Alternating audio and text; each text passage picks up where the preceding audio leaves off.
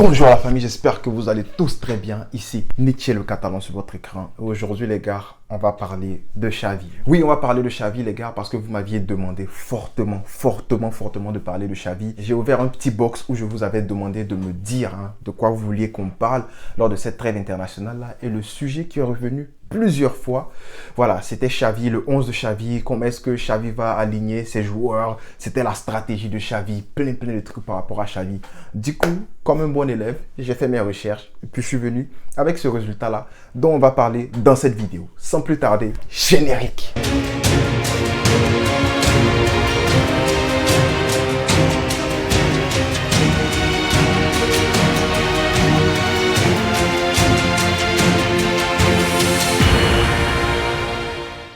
Alors les gars, avant de commencer à parler de Xavi, n'oubliez pas, il y aura encore d'autres vidéos par rapport à des thèmes différents parce que vous m'aviez demandé de parler de plusieurs personnes. Xavi, on m'a demandé de parler des blessés, on m'a demandé de parler des joueurs qui vont progresser sous Xavi, on m'a demandé de parler des joueurs qui ont bien joué depuis la trêve internationale passée, plein de petits sujets comme ça. Donc restez connectés les gars parce qu'il y aura du lourd sur cette chaîne. Les gars, je ne vais pas me jeter là-dessus comme ça puis commencer à parler du 11 que Xavi pourrait aligner parce que Xavi lui-même, il en a parlé, il a dit que pour lui, c'est pas la compo le plus important, c'est pas le 11 ou l'alignement, la formation si vous voulez qui est le plus important, mais c'est la façon dont on aborde les matchs, c'est la façon dont on passe au travers des matchs, c'est-à-dire la façon dont l'équipe joue. Donc c'est pas juste le 5-3-2, le 5-9-1, le 10-0-0, je sais pas, mais pour lui le plus important, c'est comment son équipe progresse avec et sans le ballon. En parlant de ça, Xavi a dit que lui, il préfère garder le ballon. Xavi, lui, c'est keep the ball or die. Voilà, lui, c'est la possession jusqu'à la fin. Xavi préfère avoir le ballon plutôt que courir derrière le ballon. Mais il a dit autre chose, Xavi a dit autre chose, c'est que lui, il veut pas juste avoir le ballon pour avoir le ballon. Lui, il veut une possession dangereuse, pas une possession stérile comme on avait l'habitude de voir avec Quique Sétienne. Donc, la stratégie de Xavi, c'est de garder le ballon, mais pas juste pour avoir le ballon, mais pour faire mal à l'adversaire. Parce que c'est quoi le but? Le but, c'est de mettre le ballon dans le fond des filets adverses. Voilà. Et pour le faire, la plupart du temps, Xavi utilise le 3-4-3 ou comme on peut l'étirer un peu plus en disant 3-2-2-3. Voilà. Si vous aviez déjà entendu 3-2-2-3 quelque part que vous aviez dit, mais attends, c'est quoi ça? En fait, c'est un 3-4-3 mais avec un double pivot. Comme vous pouvez le voir sur mon ordinateur là, j'ai déjà établi la formation que je pense que Xavi va utiliser. Mais avant d'arriver à la formation, on va parler de plusieurs aspects du jeu. Donc, on se calme. Donc, Xavi aime jouer en double pivot dans son 3-4-3. C'est un 3-4-3. Le 3-2-2-3, en fait, ça a été utilisé beaucoup par Guardiola du côté du Bayern de Munich. Il a vraiment utilisé ce système-là. Je pense que Xavi l'a déjà dit, il a été vraiment influencé par la tactique, les stratégies de Guardiola. Du coup, ça ne m'étonne pas qu'il emprunte en fait cette stratégie-là à Guardiola et puis qu'il essaie en fait de la faire sienne. C'est normal. Donc, les spécificités de ce 3-4-3 de Xavi, il a besoin de deux ailiers qui collent vraiment la ligne et d'un double pivot qui joue vraiment ensemble, qui peut se retrouver les yeux fermés. Mais pas que ça, Xavi a besoin de 3 défenseurs qui relancent très bien le ballon. Voilà, parce que lui, ces défenseurs centraux là, en fait, ce sont comme des milieux en arrière. Ce sont des gars qui construisent le jeu. Le jeu commence par eux. Du coup, il faut vraiment avoir un très bon ball control pour jouer dans la défense centrale de Xavi dans son 3-4-3. Par rapport à l'expérience que Xavi a eue, d'après lui, lorsqu'il joue avec Al Sadd dans son 3-4-3, il rencontre la plupart du temps des blocs resserrés. Il dit qu'à 90% du temps, les équipes jouent en bloc resserré pour essayer de les prendre en contre-attaque. Je pense que dans la Liga, lorsque le Barça sera en forme, le Barça va tout le temps tomber, la plupart du temps aussi, tomber sur des blocs qui seront resserrés. Donc, ça sera un peu comme du déjà vu pour lui. Différents niveaux de jeu, mais c'est à peu près le même système, la même façon de jouer. Donc, comment est-ce que Xavi arrive à perforer ces blocs bas-là? On va parler des key points là maintenant. Ce que Xavi utilise la plupart du temps, c'est ses milieux intérieurs. Il utilise ses milieux intérieurs de telle sorte que ces milieux intérieurs créent le surnombre du côté de l'ailier. La plupart du temps, son milieu intérieur là, je ne parle pas de son double pivot, je parle du milieu un peu plus avancé. Je parle de ce milieu là ici. La plupart du temps, ce milieu là, il va aller se retrouver ici. En fait, je vais essayer de mettre des adversaires là pour expliquer ce dont Xavi parlait. Voilà, il va aller se mettre ici entre le défenseur central, le latéral, le milieu adverse et puis le milieu de côté adverse. Il va essayer de se mettre ici pour créer le surnombre avec l'ailier.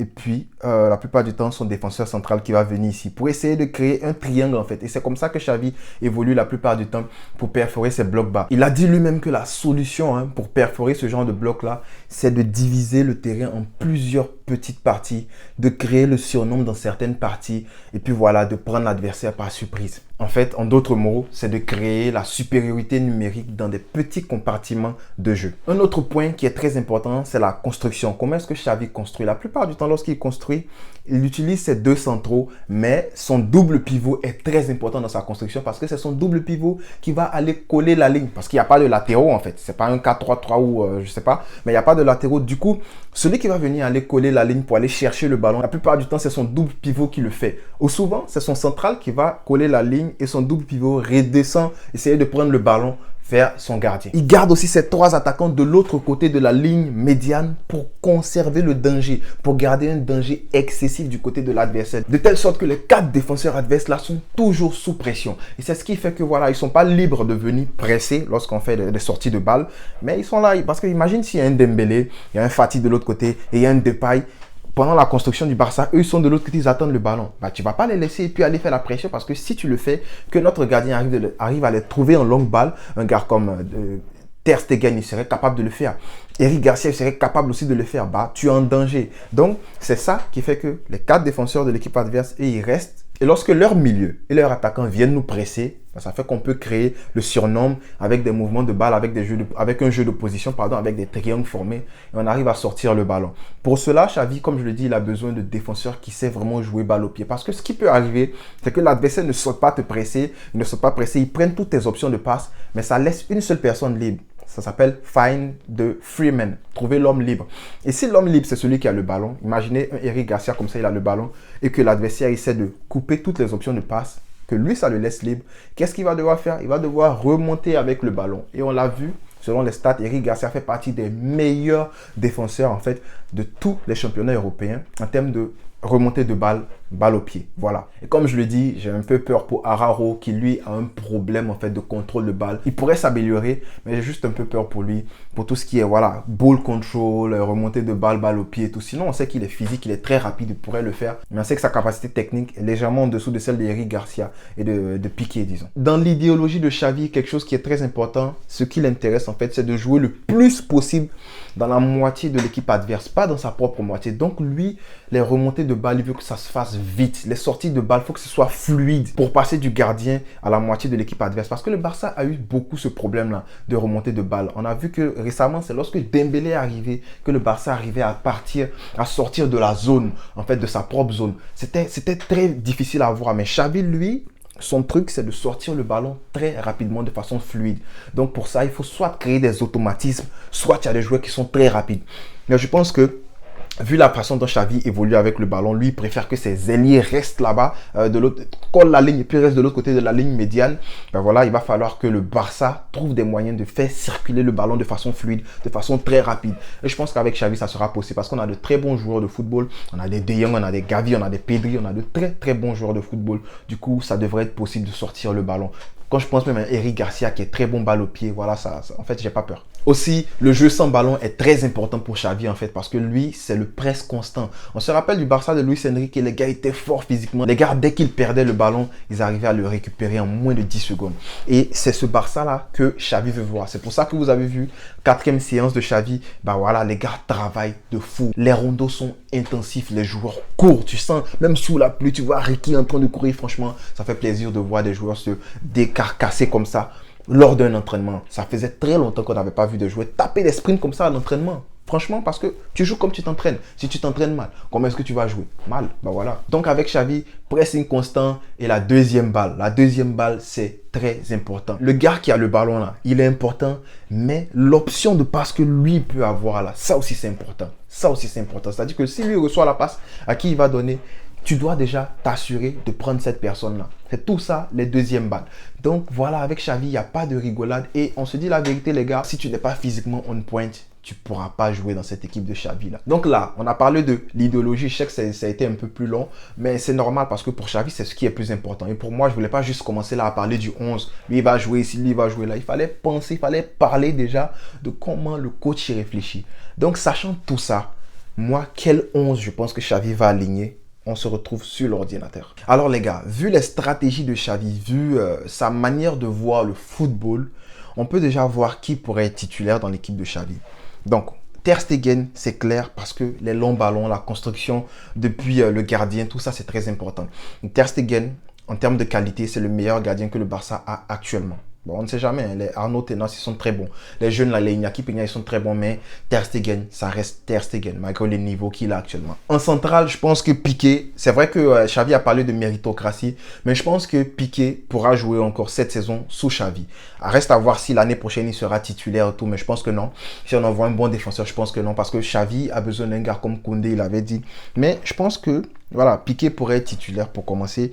Et Eric Garcia, je pense que c'est le défenseur qu'il faut à Xavi. Franchement, vu la manière dont Xavi parle d'un défenseur qui peut remonter balle au pied, Eric Garcia qui est dans le top 10, hein, dans le top 10 des défenseurs qui remontent balle au pied dans toute l'Europe.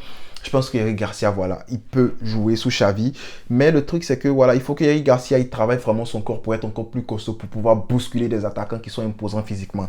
Parce que je ne l'imagine même pas contre un gars comme Lukaku. Alors, ça laisse une place en défense centrale et je pense que cette place, ça pourrait être pour Araujo parce qu'il faut quand même un défenseur qui sera très, très bon physiquement, qui sera costaud. Araujo pourra progresser côté touche de balle, côté positionnement. Mais Araujo, on sait que lui, sa force là, c'est le physique, c'est la course, c'est voilà, c'est le gabarit, il peut mettre la tête dans le coup de pied arrêté, tout, vous voyez, tout ce genre de trucs là. Mais je pense qu'il faut un défenseur comme ça pour Xavi. En double pivot, moi j'ai opté pour De Jong et Busquets, voilà. Je sais pas si Busquets pourra jouer en double pivot, vu franchement comment il se fatigue là. Mais Xavi a déjà parlé de Busquets, il a dit que Busquets, il a besoin en fait d'un bloc autour de lui. Il faut pas qu'il soit isolé, voilà. Il a besoin d'un bloc autour de lui. Est-ce que Xavi pourra le mettre dans toutes les conditions pour que Busquets puisse jouer à 100% comme il le fait à la Rora? Voilà, je pense que c'est possible. Donc j'ai opté pour De Jong et Busquets parce que je pense que voilà, je pense que De Jong, il a tout pour progresser aussi avec Xavi. On sait que durant cette année et l'année dernière, ça a été difficile pour De Jong. Il ne s'est pas vraiment retrouvé, mais on sait que De Jong, il a la capacité de le faire, il a la capacité de devenir l'un des meilleurs milieux, si ce n'est le meilleur milieu du monde. Je pense qu'avec Xavi, il pourra le faire. Donc moi, pour moi, De Jong, voilà, c'est titulaire aussi. En attaque, Fati, voilà, Fati, c'est la star du club actuellement. Dembélé du côté droit parce que comme je l'ai dit, il a besoin de deux ailiers. Donc Fati et Dembélé, ça sera parfait. J'espère qu'on pourra récupérer un Dembélé à 100% et que voilà, Dembélé qui a payé une amende déjà de $100, de 100 € si je ne me trompe pas. Mais voilà, j'espère que Dembélé pourrait être récupéré à 100% et je pense qu'en attaque en neuf, on aura Depay. Voilà, Depay parce qu'il sait bien jouer balle au pied et Xavi a besoin aussi d'un neuf qui sait contribuer, qui contribue au jeu. Mais il va falloir que par contre lui il presse parce que Xavi, là, lui, ses attaquants doivent presser. Voilà, tout le monde doit travailler défensivement. Du coup, ça nous laisse deux places pour le milieu offensif, ou je dirais le box-to-box. J'ai pensé à qui? J'ai pensé déjà à Pedri. Pour moi, Pedri, c'est obligé que Pedri joue. Parce que comme je l'ai dit, Xavi a besoin d'un milieu qui va se mettre dans les entrelignes de l'équipe adverse pour recevoir le ballon entre 4 joueurs. Et on a déjà vu Pedri faire ça de nombreuses fois. Et Pedri, c'est comme s'il a des calculatrices dans la tête ou bien des ordinateurs. Il calcule les algorithmes rapidement dans sa tête. Pedri, pour moi, il va jouer sous Xavi et voilà, il va super progresser. Parce que voilà, qui d'autre pour le faire progresser que Xavi? Franchement, pour moi, Pedri titulaire, il reste une seule place. Nico ou Gavi. Franchement, j'adore les deux. J'adore les deux. Mais je pense que celui qui aura la place de titulaire sous Xavi, ça sera Nico Gonzalez. Nico Gonzalez, pour déjà la force qu'il peut apporter, pour sa taille, il est très vif. Hein. Il est très vif. On voit ses turns, on voit qu'il est, voilà, il regarde toujours dans son dos. Franchement, la Masia, mais en plus de cela, lui, il a le gabarit qui va avec. Je le vois très bien évoluer avec Pedri en milieu box-to-box dans ce 3-4-3 de Xavi. Mais Riqui Puig pourrait entrer, Gavi pourrait entrer, on a de très bons joueurs. J'aimerais voir comment est-ce que Xavi va utiliser Dani Alves, oui, parce que si vous ne le savez pas, Dani Alves a signé au Barça, il revient de façon gratuite, voilà. Donc j'aimerais voir comment il va l'utiliser, parce que voilà, lui c'est un 3-4-3, Dani Alves sera milieu, il sera défenseur central, il sera ailier, franchement, j'aimerais bien voir ça. Donc voilà les gars, c'est tout pour le 3-4-3 de Xavi, le 3-2-2-3 de Xavi. Je pense que c'est comme ça qu'il va s'aligner, ça pourrait être faux, mais de toute façon, on est en train de guesser parce qu'on n'a pas encore eu de match. On est tous pressés de voir le match contre l'Espagnol Barcelone. Comment est-ce que Xavi va faire jouer cette équipe? Franchement, j'ai hâte. J'espère que vous aussi, vous avez hâte. C'est tout pour cette vidéo, les gars. Merci d'avoir regardé cette vidéo. Franchement, si vous avez aimé la vidéo, n'oubliez pas de mettre un pouce bleu parce que ça aide. Voilà. Et puis, on finira jamais de le dire, les gars. Comme toujours, Pisca el Barça.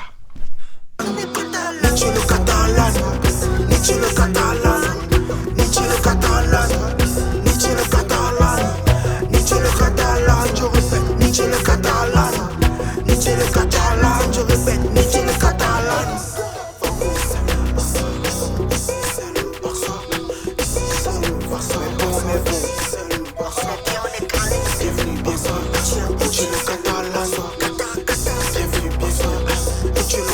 Hassan.